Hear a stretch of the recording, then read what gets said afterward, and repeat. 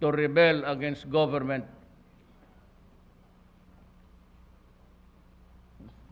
May kalukuhan kayo, di, mas lalo na ako.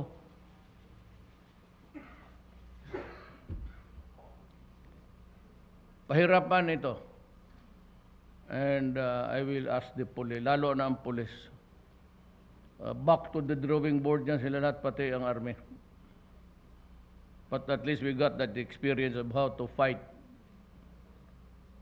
on a terrorist urban warfare. We need to,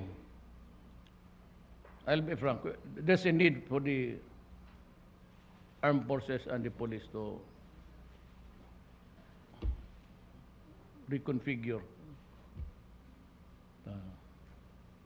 Ilang beses na yan. The last time was in Davao. Namatay yung